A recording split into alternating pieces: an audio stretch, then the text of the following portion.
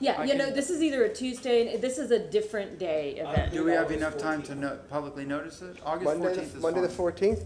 The answer is yes. The question is, I have to see with if Tanya is, or Suling, I don't know whether you have access to the chambers to know if the room is already. As I like to say, the chambers belong to us. If others need to move, they can do that. You're out.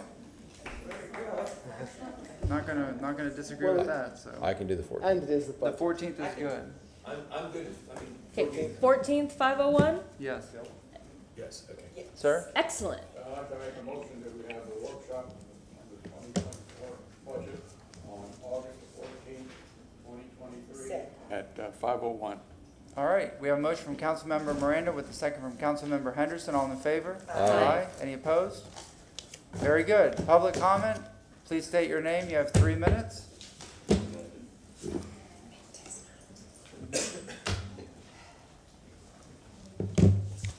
Uhuru. Uhuru means freedom in Swahili.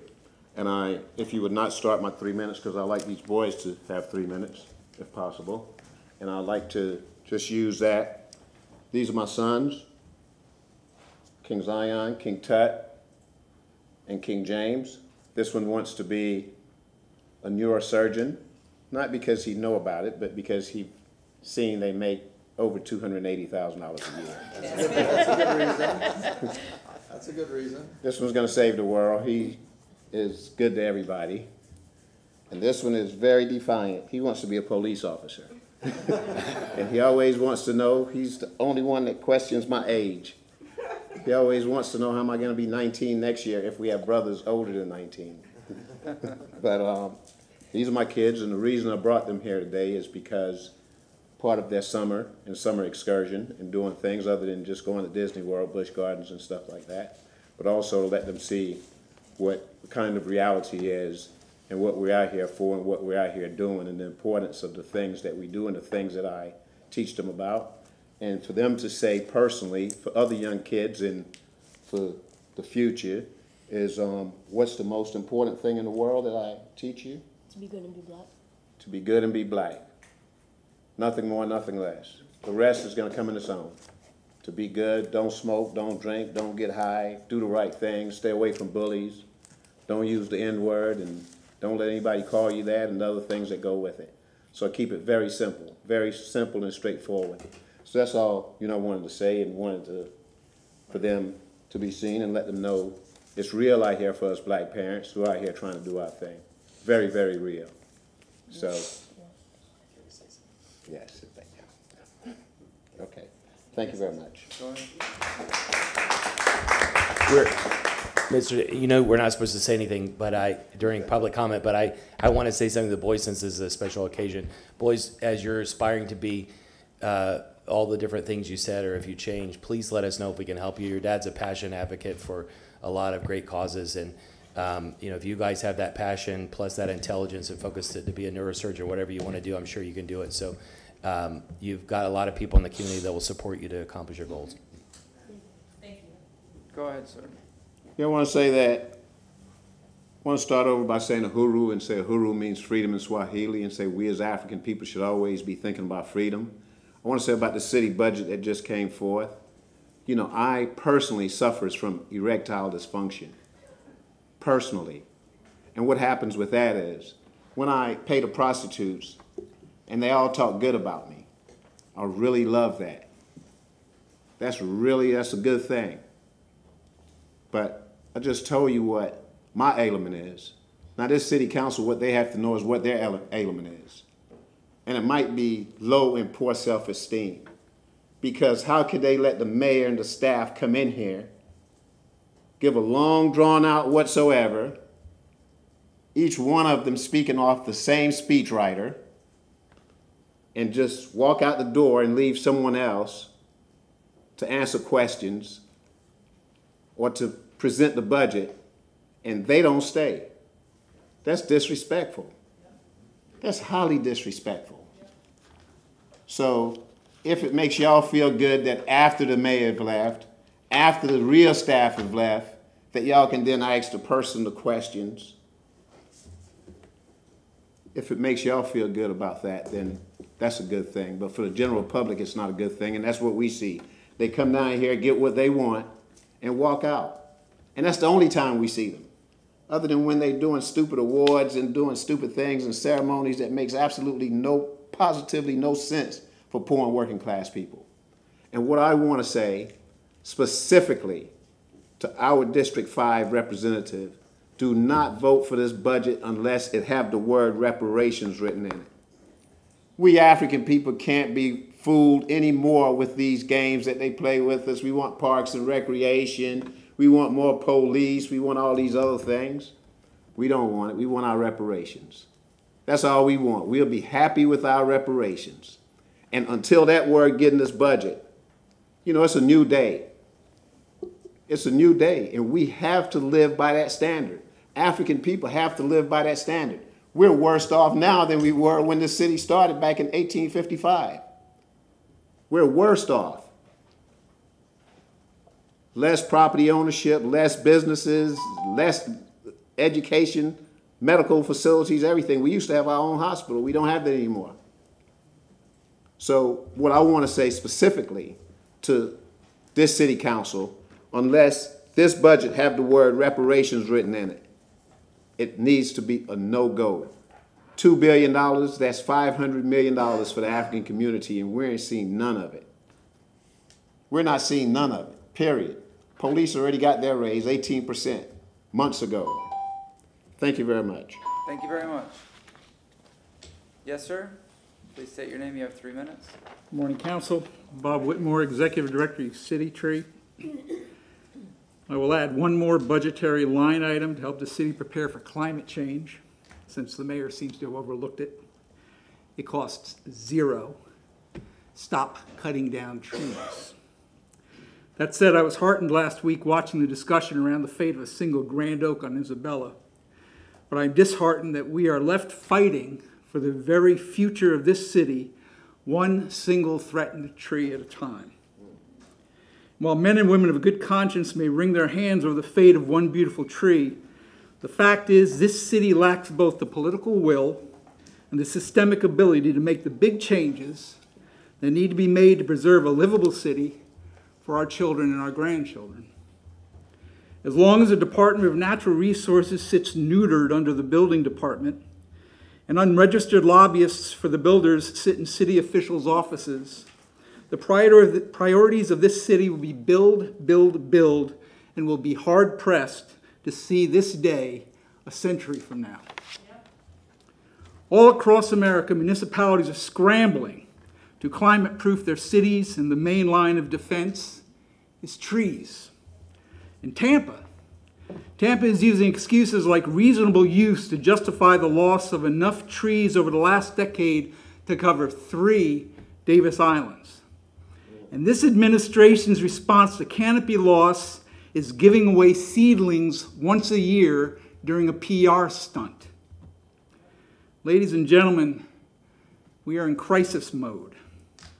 And worrying and fighting over one tree at a time isn't going to get us where we need to go fast enough. The city needs to make big changes fast to protect ourselves from the inevitable. With that in mind, I'm calling for a new look at the tree codes through the lens of the recent tree census, and understanding that trees are a vital defense against global warming and the very future of this city. In the meantime, I'm requesting a moratorium on the removal of live oaks with a canopy of 60 feet or more. I'm asking for the establishment of mitigation parks and the end of mitigation payoffs. Builders should be required to mitigate canopy removal by actually adding trees back into the canopy, elsewhere or on their property. I am begging for illegal removal trees without permits to become a criminal offense. Misdemeanor 2, one be better. And finally, let's get natural resources' neck out from under the builder's boot and let them do what they need to do without fear of retribution, preserving and replenishing a canopy that will save us from ourselves. Thank you very much. Thank you. Next speaker. Good afternoon, Council. Mike Billick, Secretary, Tampa Firefighters Local 754. I wanted to touch on a few highlights from the budget presentation. Made some notes on my phone, so pardon me for reading. Highlighting the outdated fire stations since 1970s when we transitioned from Tampa Fire Department to Tampa Fire Rescue. Since the 1970s, we have not seen an additional new fire station in city proper, specifically in the downtown area. Downtown is unrecognizable today from what it looked like in 1978 when the current Fire Station 1 was built. The mayor stated that Fire Rescue presented a master plan, and that was news to me. A master plan was recently presented, and it came from our neighbors at Hillsborough County Fire Rescue, who asked for 28 fire stations. Tampa Fire asked for 0. How is that even possible? The need for new fire stations and a station downtown. You have seen the conditions that our fire stations are in and the health risks that are associated with them. We are at full capacity. There is no room to add additional people and additional resources to the overwhelming majority of our fire stations we currently have. Category 5 windows and gender-specific restrooms do nothing to address the health and safety of our members. Fire code compliant fire stations with gear rooms and separating spaces from where the vehicle bays are and where our living quarters are. Diesel fumes are a class 1 carcinogen. This is something that I'm very passionate about. My father, he gave 28 years of his life to this city from 1983 to 2011. And he retired from this city as a captain. And 6 months later, he passed away from cancer. And his name today sits on a wall in Colorado Springs at the National Fallen Firefighter Memorial. He is not unique. There are hundreds and hundreds of firefighters that are dealing with cancer. When are we going to stop sweeping stuff under the rug? And when are we going to start addressing what is killing our first responders? We want health and safety. I'm not asking for luxury. I'm just asking for to be safe when I come to work so that I know that I can enjoy the fruits of my labor one day when I retire, unlike my father was able to. Councilman Vieira, adding a rescue unit only to K-Bar Ranch does little to nothing to address the needs of the citizens. A rescue unit is needed at Station 22, which is located at Morris Bridge and Cross Creek Boulevard. An ALS suppression unit at minimum is needed for K-Bar Ranch because currently Fire Station 21, which I'm assigned to, and Fire Station 22 both respond into K-Bar Ranch, and they have upwards of 14-minute response times. If you're not breathing, 14 minutes is unacceptable. Thank you for your time. Thank you very much. Next speaker. Hey, good morning, Council. Those listening in, Nick Stocco, President, Local 754, Tampa Firefighters. I first want to say thank you to the Mayor and all the department directors that were here giving their own portion of their presentation. I respect their time and their presentation. I thought it was well delivered. Early in the presentation, they talked about roads, and as Councilman Miranda once said, without roads, our fire trucks won't be able to get to the calls as we need to. So roads are very important. Not only that, but the roads do put a wear and tear on our vehicles. I can't tell you how many times the fire trucks from Station 9 go up Habana to try to get to MLK, and that bumpy brick road that they go up is destroying the wear and tear on those vehicles. So roads is very important.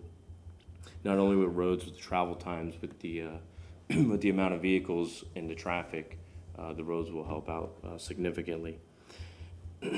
In Fire Rescue's presentation, there was no mention of how much money would actually be needed to fulfill the request that the fire department is asking for.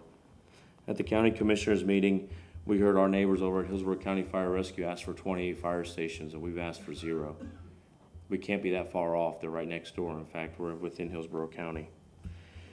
Dating back to when Mayor Pam Iorio was here, there was a station that was in the budget and the planning phase to be conducted in 2006 and supposed to be finished by 2011 in downtown Tampa.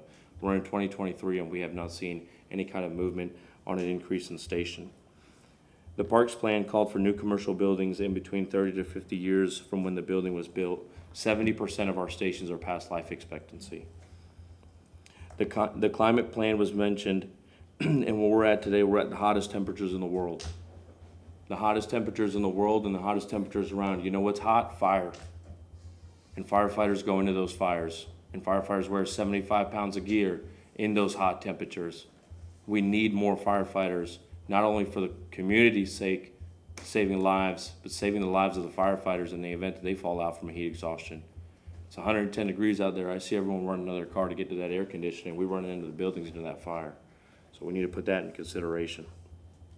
This is why it's so important for a public safety master plan to be able to outline how to be able to fund these needs of the community with how much money that we're talking about. 21% of the rate increase going to public safety is disappointing and disrespectful. If public safety equates for more than half of the expenditures of the city, why isn't more than half of the millage rate increase going to public safety?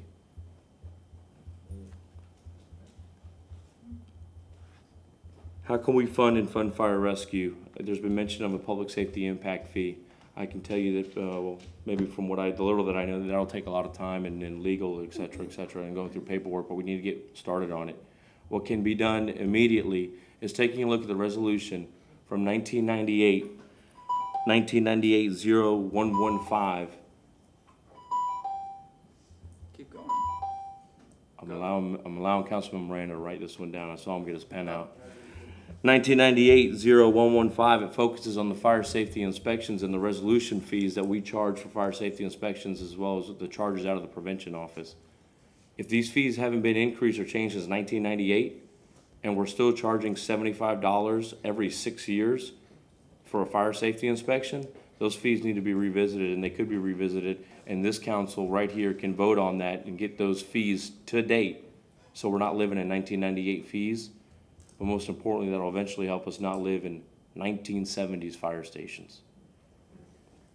So I leave you all with that, and I look forward to the future conversations of this, and I'm available at any time for any one of you to reach out to me. Sorry, I didn't mean to do that. Thank you very much. For anything. Yes, ma'am. Good afternoon. My name is Lauren Pinero. I am a recent USF graduate and one of the Tampa five protesters who were arrested earlier this year.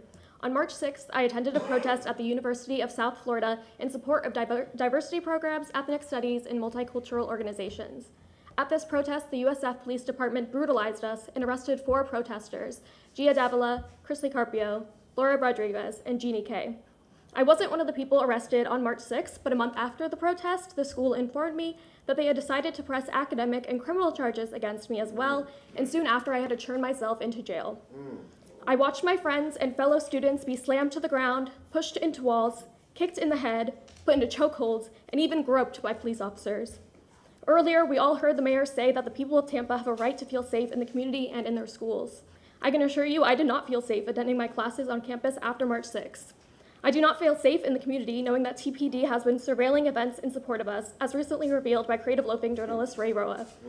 We now face felony charges up to 5 to 10 years in prison for simply standing up for diversity at the college we attend. This is not just an issue of police brutality, but an issue of the First Amendment. If we end up in prison, a dangerous precedent will be set for free speech in our city. I'm here to urge you all to stand by the students, community members, and workers of Tampa, and ask State Attorney Susan Lopez and Prosecutor Justin Diaz to drop the charges against us. Thank you. Thank you very much. Next speaker, yes, sir. Hi, my name is Gage and I'd like to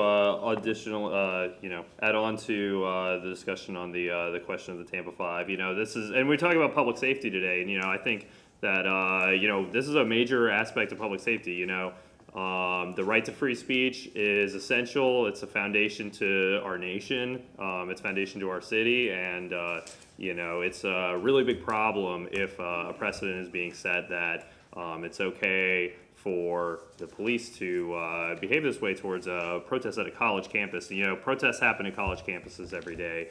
And I think that it's a really, it's kind of a black mark on the city. One of the most important institutions in the city, the University of South Florida, one of the largest employers in the city as well, is participating in this. It's a very dark direction for things to be taking, to be going in. And, I just really would like to implore the city council to please consider any way you can of trying to influence the state attorney and dropping these charges, because it's it's not. I don't think that it's how Tampa should be. I honestly don't think that it is what Tampa is. And you know, that's all, I guess. Thank you.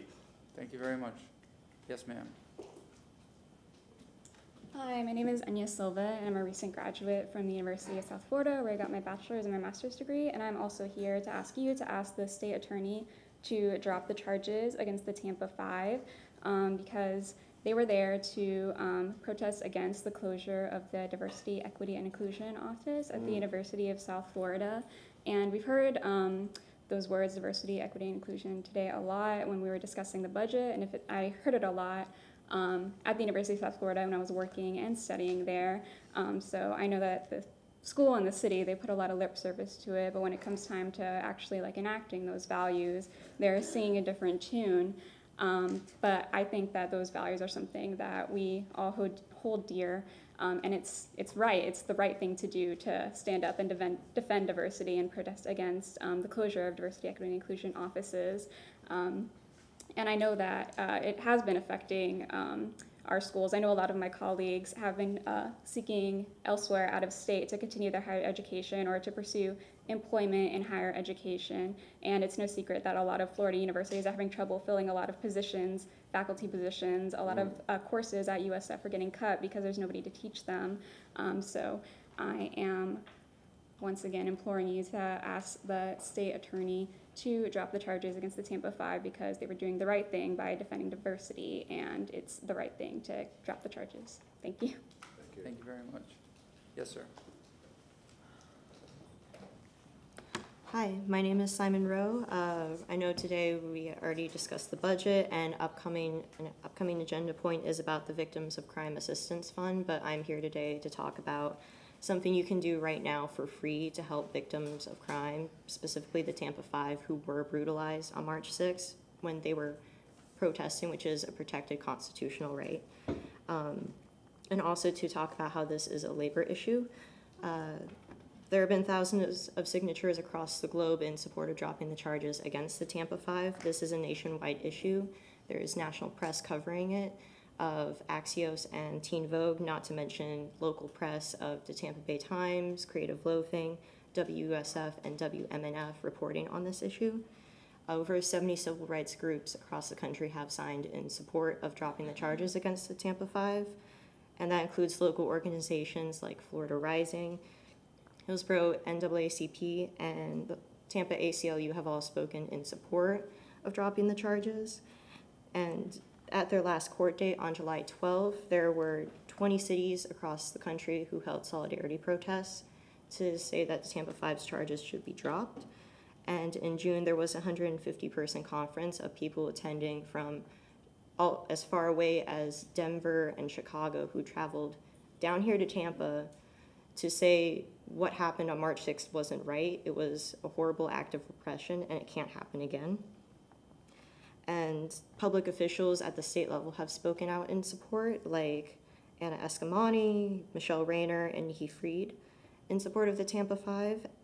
And you already have met one of the Tampa 5. She comes out to these city council meetings a lot. I know she's watching this back in a little bit because she's very involved in politics, and that's why she is nominated for Best Activist for Creative Loafing. It's Laura Rodriguez. I think she was up here a couple weeks ago to also talk about this. I only have one more minute, but this is also a labor issue because one of the Tampa 5, Chris Lee Carpio, an AFSCME worker at USF, was fired for protesting, even though that is a violation of her contract, despite what USF claimed in a statement to the Tampa Bay Times. And her contract only allowed for immediate termination in a conviction of a felony or misdemeanor, and she was only charged, so that is a violation of her contract. And that is an unfair labor practice that USF has committed. Over 150 union members signed a petition in support, once again, all across the country, AFSCME, Teamsters like myself, communication workers, teachers, UFF, USF, United Faculty Florida USF, Grad Assistants United. Union members from across the country have spoken in support of dropping the charges, and the West Central Florida Labor Council and North Florida Labor Councils have made resolutions in support, and some of them have endorsed you for office. So why can't you make a statement and do the same? Thank you. Thank you very much. Next speaker. Hi, my name's Ari Fitzgerald, and I am not a confident public speaker, but these young people and their weighty constitutional issues give me courage. So with that, I just want to say my remarks are kind of related to constitutional principles, and I want to begin by saying that I respect the police and the job they do. My remarks are not in any way intended to be a condemnation, but I do have strong concerns about the practice of surveilling the public from the sky carried out on a regular basis. We all have to consider the Constitution in our actions. And I don't think that you or TPD really realize how bad it's been, and I'm sharing my experiences. I moved to the Riverside Heights neighborhood from South Tampa, where I lived for 25 years. In South Tampa, we rarely saw a helicopter, and if we did, police were in hot pursuit, and we knew it. I've now lived in Riverside Heights for only 5 years, and in the last 3 especially, the level of surveillance has gone up dramatically. Sorry.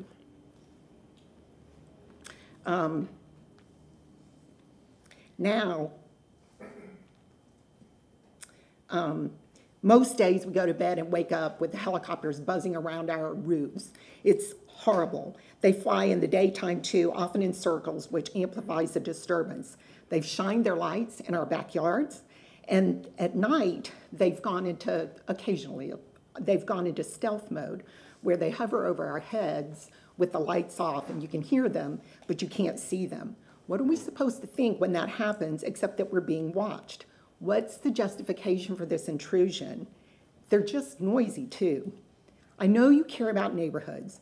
The focus is on diverse neighborhoods. The focus of the flights, is on diverse neighborhoods in central Tampa. The constant flyovers are doing us all a disservice. They create the false impression that my neighborhood and the others in their sites are somehow hubs of criminal activity when it's not true. And the fact that they're not being used in South Tampa, or apparently New Tampa either, suggests some improper targeting may be afoot. This is a big concern for me. This practice reflects poorly on Tampa. It's as far removed from the notion of community policing as it can possibly be. And it's expensive, which is certainly a concern for the city's budget. And based on my observations, the city may be courting even more fiscal trouble with the current practice. The bottom line is I'm asking for some relief for myself and my neighbors from the noise and intrusion from the eye in the sky. For the city's physical and economic health, these flyovers should not be routine. Okay. Also, save the Grand Oak at 1019 Ohio Avenue. Thank you. Thank you very much. We have TPD is going to be giving us a report about the helicopter usage, and Councilmember Carlson made that motion, so we'll be talking about it today. And I know you've reached out to me many times, and many of us, so we would like to.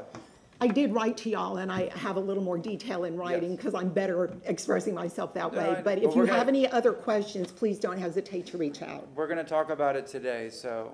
Thank you. Thank you so much. Yes. I really am glad it's finally being brought up. Yes, ma'am. Next speaker. Good morning. I am Candace Savit, Tampa Heights homeowner, almost 20 years, and I love my diverse neighborhood too. I am here this morning to talk about item 25 on the agenda, police helicopters. I appreciate Tampa PD very much, yet I'm old enough to remember when the police department didn't have helicopters in the sky all night long. I wish we could go back to those days. Right now, in my neighborhood, I'm aware of nighttime hovering and reconnaissance by police helicopters. It's noisy, it's intrusive, and quite frankly, I think it's unnecessary. Operating helicopters just to circle around and search for crime is expensive, very expensive. Couldn't we reallocate some of that money to better projects that actually help people, or maybe crime prevention programs? Also, it's noisy. It's unbelievably noisy. And if a resident is unlucky enough to live in one of these targeted neighborhoods, you could be awakened at night with rotor blades going, vibrating your house, interrupting your sleep, putting the kibosh on your quiet enjoyment of life. And many times they are just doing flybys. I've personally witnessed on occasions helicopters circling around up there, yet no police cars are anywhere. What is going on? Can a helicopter arrest somebody? I don't think so. I was stationed at Whiting Field, a Navy helicopter training base here in Florida. I personally know that a pilot can get in a bird and be in the sky very quickly. I mean, we don't have fire trucks roaming the neighborhood waiting for something to catch on fire, do we? They wait to be dispatched. And I would like to point out that the fire department has a station very close to where I live. After 10 p.m., they don't use their sirens as they leave for an emergency, only their flashing lights. That shows consideration for the people who live nearby. Thank you, Fire and Rescue. I'm asking this council to do a thorough review of the use and expense of helicopters by the Tampa Police Department. I would like to think that they are used for emergencies, to shine a light on an area where there's been an accident or a major crime, just as a backup system to the actual boots on the ground. You know, that old-fashioned way of policing. We deserve peace and quiet at night, and we don't want to be wasting money. Please consider your neighbors. Thank you. Thank you very much. Yes, sir. My name's Dave Coleman, and I remember the helicopters in 2020 on the, I think it was the 4th of July over on Dale Mabry. And I thought that helicopters were like really technical and they really know what's going on. And the audio that came back over the news when it was released was, get them on something. It's like, thanks for letting me share. Anyway, and then the students, I've seen them be at events and just working really hard for change in the community for years. The group that most of them are involved with, there's a couple different groups, but a letter from you in support. If you heard anything here today that touched your heart about what they're going through, a letter from either individually or if you made a resolution as a board would be a wonderful thing and a big help to their cause and their plight. I heard a lot today at the budget release and on housing. We all know how difficult it is. We have thousands of children that'll be attending school next week in this area in Hillsborough County that are going to be attending from cars, from tents, from couches, and we need to do better. I was told by one elected that a county is never going to create. I was dreaming if I wanted a county shelter. I'm asking the city, I've asked before, but I'm asking again, create a city shelter where police, if they find a family on the side of the road, they can say there's a bus following. Get in that bus, they're going to take you someplace. This business of hotel vouchers and babies sitting in hotel parking lots at midnight, and then an elected blaming the parents, blaming the parents that their children are in parking lots. And meanwhile, Catholic Charities down the street from my house opened up Mercy Oaks opened a year ago, opened up, grand opening, and the priest spraying the holy water on the doors. And you know that place was empty for a freaking year until recently. I don't know, they got some kind of vetting process going on over there, but I'm terribly sorry. Nothing changes if nothing changes. If Metropolitan and Catholic Charities isn't providing substantial, real answers for our homeless and housing issues, then we need to change. On traffic, Joe Citro at a TPO meeting, he said we have a shovel-ready project, lower the limits. I only got a couple of seconds left. 35 Arrive Alive. Create white signs with black circles on them. Every place that somebody died in the city, put those signs up so people know they're in an area where a human being lost their life. I go to the FDOT meetings and TPO meetings, and I say, we got to lower the limits. And they say, no, we got to redesign the roads. And I said, will lower the limits save lives? And they said, yes, it will. Thanks. Thank you very much. Yes, ma'am. Good morning, Stephanie Poenter. Good morning. We had a very nice budget presentation this morning. I was glad to see the mayor warm up and walk over. That makes me very happy and warm in my heart. I would have loved to see her answer some questions, but you know, one step at a time. You know, we started out with $19.50 for the average household, then it went up to $20, and then blah, blah, blah. And so we looked at the big map, and so it's between $240 and $420 a year increase. Well, I don't know about y'all, but that's my TICO bill. That's a month's worth of TICO bill for this month, the hottest month on record, okay? Just saying. And here's my problem. I don't mind paying in a little bit more. But my problem is item number 28, where we've got fees that haven't been raised since 1998. We've got fees that haven't been raised since 2011.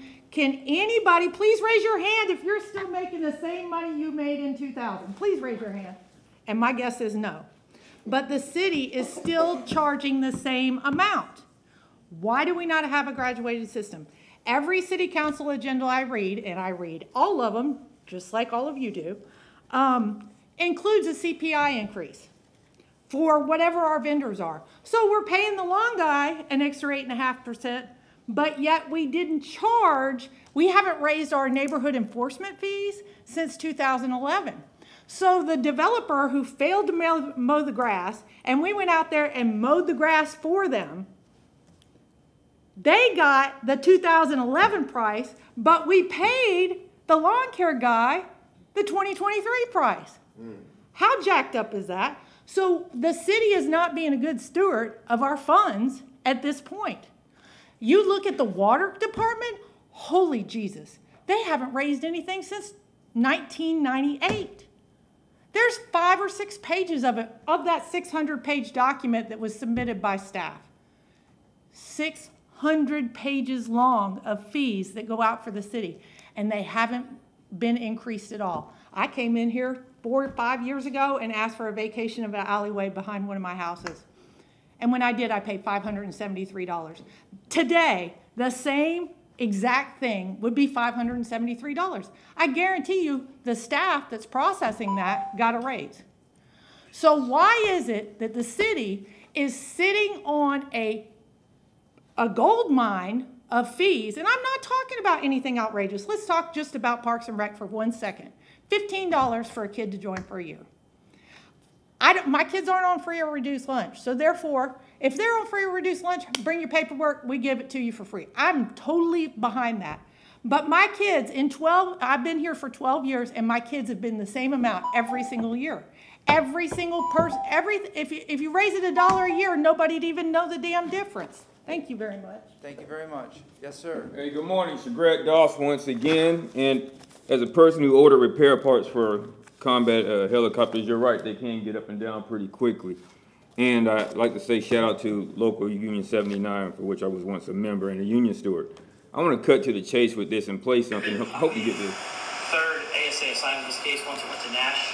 There were all the stuff that happened, Judge Kaiser, Judge Wolf, I was not involved with at all, but we did discuss, and I looked through it, and there were 2 different court dates that I even hand-delivered everything that I possibly had to him once again, as far as discovery is concerned.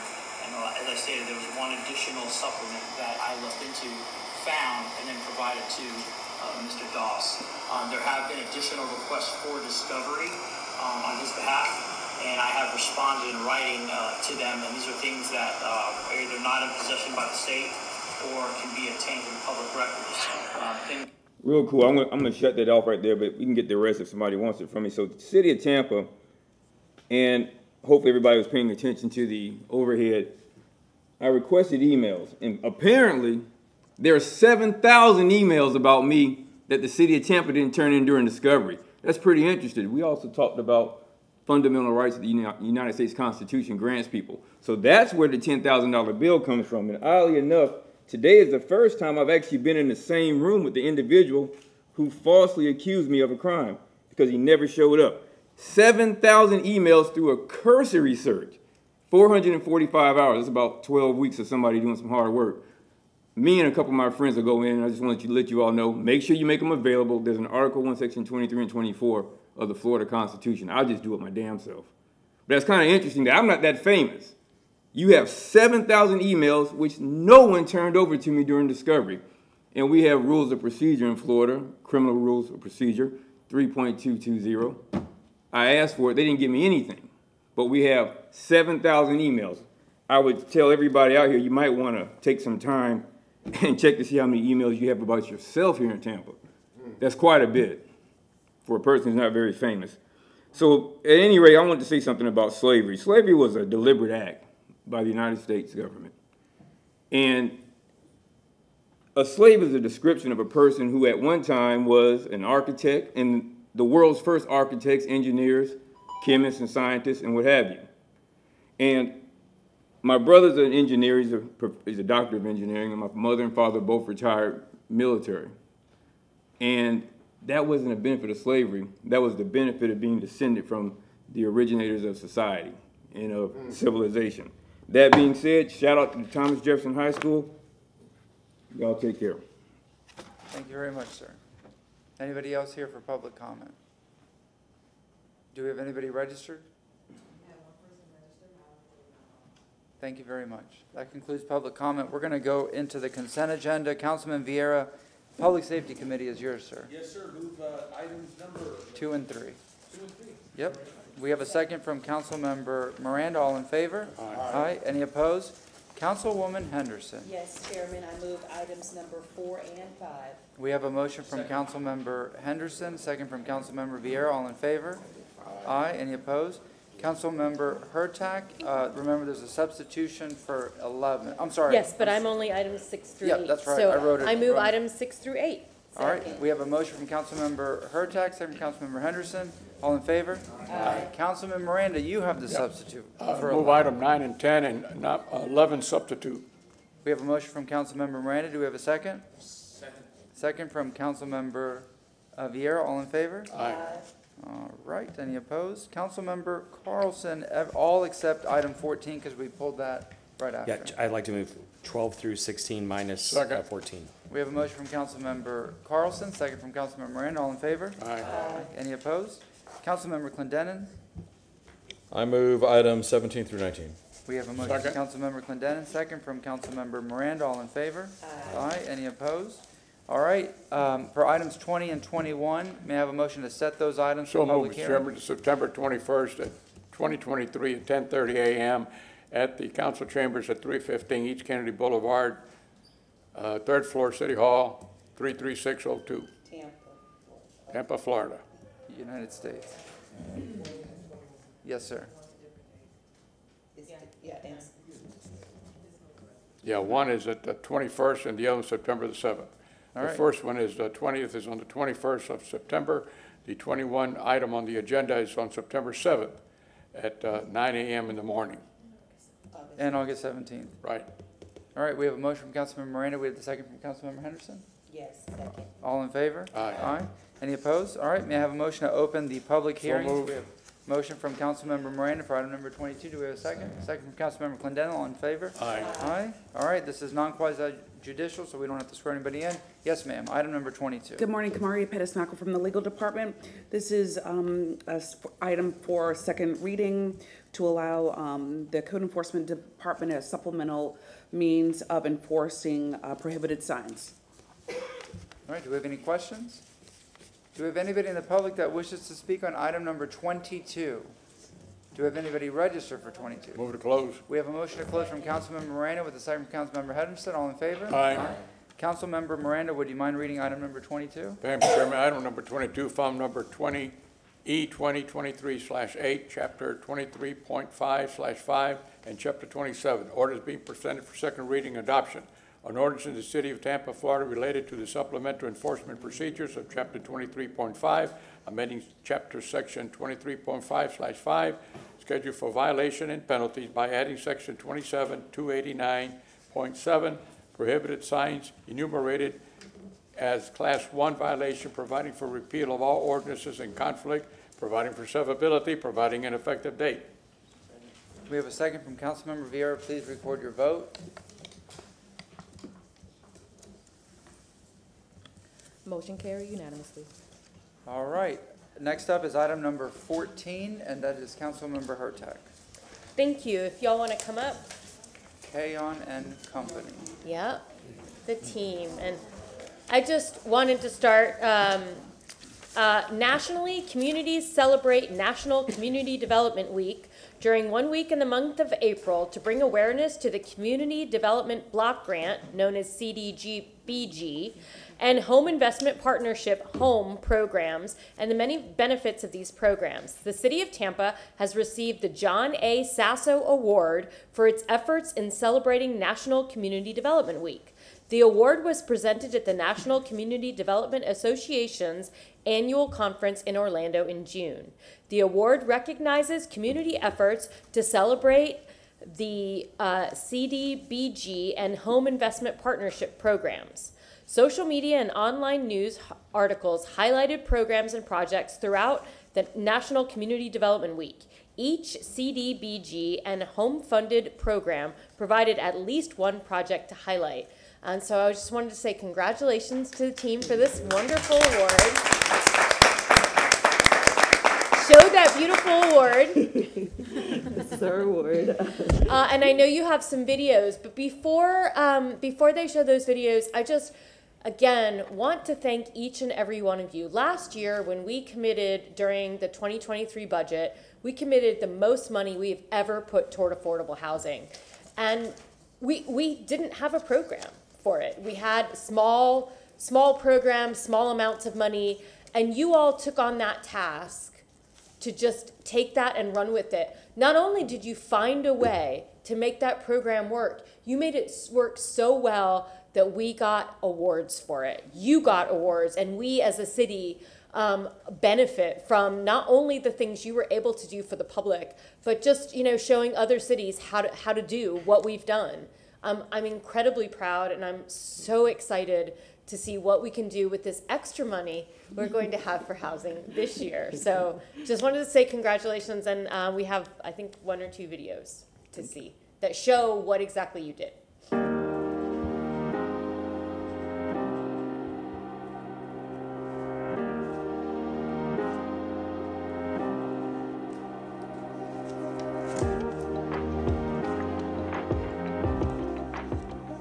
It was very, very emotional.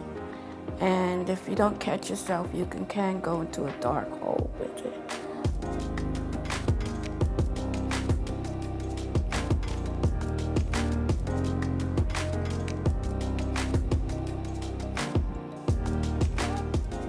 Blindness is not limiting these days.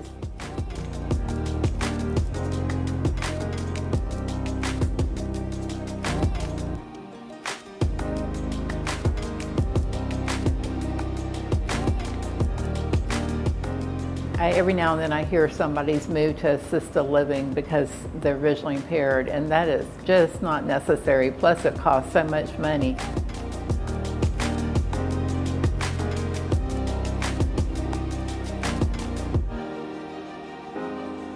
They can do whatever they want to do.